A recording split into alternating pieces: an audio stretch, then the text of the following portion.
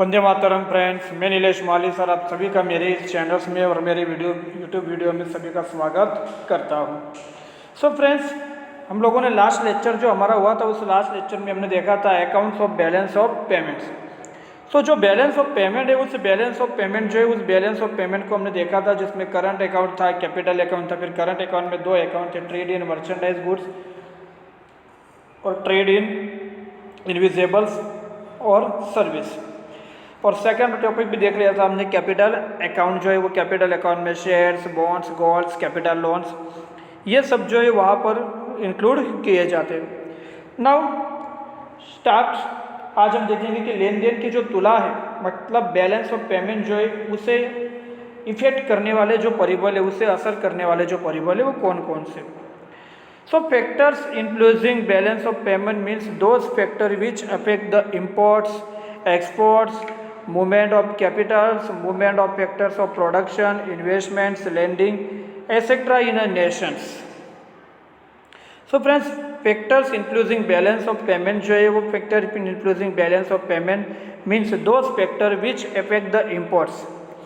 लेन देन की तुला को असर करने वाले जो परिबल है उसमें अर्थात देश में जो इम्पोर्ट्स है, जो एक्सपोर्ट्स है, जो पूंजी साधनों की हेरफेर होती है मतलब एक्सपोर्ट्स, मूवमेंट्स ऑफ कैपिटल्स, जो कैपिटल साधन है वो साधनों की जो भी एक्सपोर्ट्स होती है, movement of factors of productions, जो फैक्टर्स ऑफ प्रोडक्शन है उन फैक्टर्स ऑफ प्रोडक्शंस का जो मूवमेंट है वो मूवमेंट एंड लोन, इन सभी को असर करने वाले परिबल के तौर पर माना जाता है। तो उसमें इंपोर्ट हो गई, एक्सपोर्ट हो गई, मूवमेंट्स ऑफ कैपिटल्स हो गए, मतलब जो कैपिटल के जो साधन है वो हो गए, movements of factors of production हो गए, जो फैक्टर्स ऑफ प्रोडक्शन है वो हो गए, investment, lending etcetera in a nation, deficit और surplus in the balance of payment can arise owing to such factors.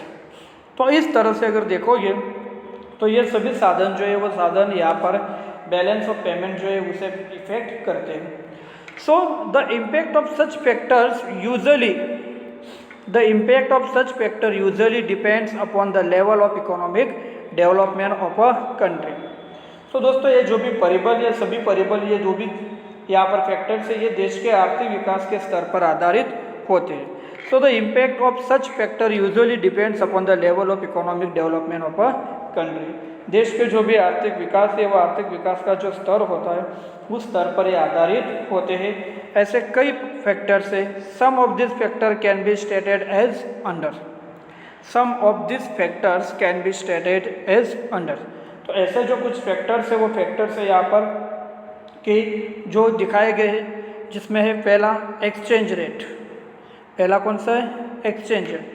Exchange rate मतलब हो गया दोस्तों यहाँ पर विनिमय दर की, एक देश जो है वो एक देश का दूसरे देश के साथ जो भी व्यापार किया जाता है उसके लिए जो करेंसी में कन्वर्टेशंस करना पड़ता है तब उसे कहा जाता है एक्सचेंज रेट। उसके बाद है price of tradable goods in a home country and in foreign country.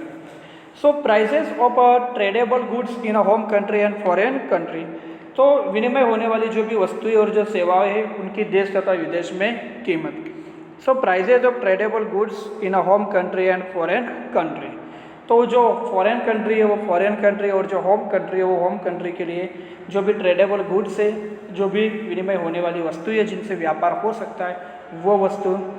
Variety and quality of tradable goods, जो ट्रेडेबल गुड्स है वो ट्रेडेबल गुड्स में होने वाली जो वेराइटी है वो वेराइटी और जो क्वालिटी है वो क्वालिटी, मतलब विविधता और गुणवत्ता जो है वो गुणवत्ता और विविधता यहाँ पर ऐसी वस्तुएं जो है उनमें दिखाई देती है। इनविटेबल इम्पोर्ट्स, इनविटेबल इम्पोर्ट्स मतलब क्या होगा?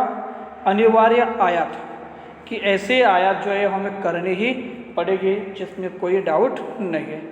Level of economic development of the country, level of economic development of the country, तो जो भी कंट्री है उस कंट्री का जो भी इकोनॉमिक डेवलपमेंट होता है उस इकोनॉमिक डेवलपमेंट का जो स्तर है वो स्तर मतलब देश के जो आर्थिक विकास है वो आर्थिक विकास का स्तर।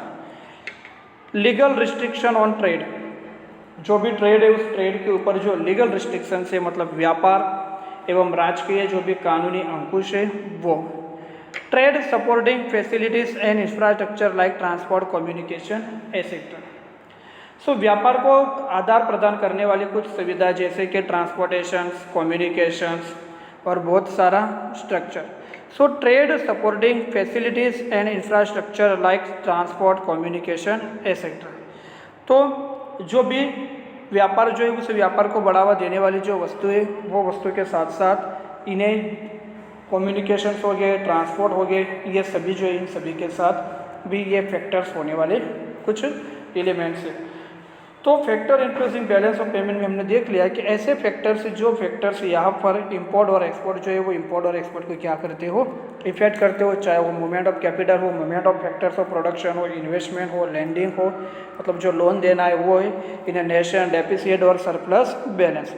तो जो डेफिसिट और सरप्लस बैलेंस है मतलब कि या तो कमी करने वाला बैलेंस या फिर घाटा उत्पन्न करने वाला बैलेंस या फिर ज़्यादा स्थिर होने वाला जो बैलेंस है वो बैलेंस भी उसी में फैक्टर्स में ही माना जाता है।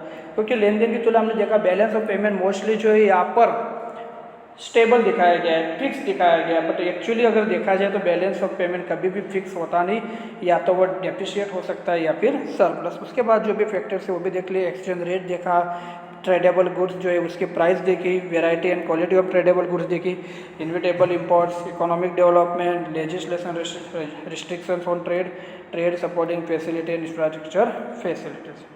ठीक है। सो फ्रेंड्स, जो अगला चार्ट जो है 9.7 में, वो अगला चार्ट हमें डिटेल में समझना है। तो वो चार्ट हम डिटेल में, हमारा जो भी अगला वीडियो होगा, नेक्स्ट जो भी हमारा ऑनलाइन क्लास होगा या फिर ऑनलाइन वीडियो होगा, उसमें हम इसके बारे में समझेंगे।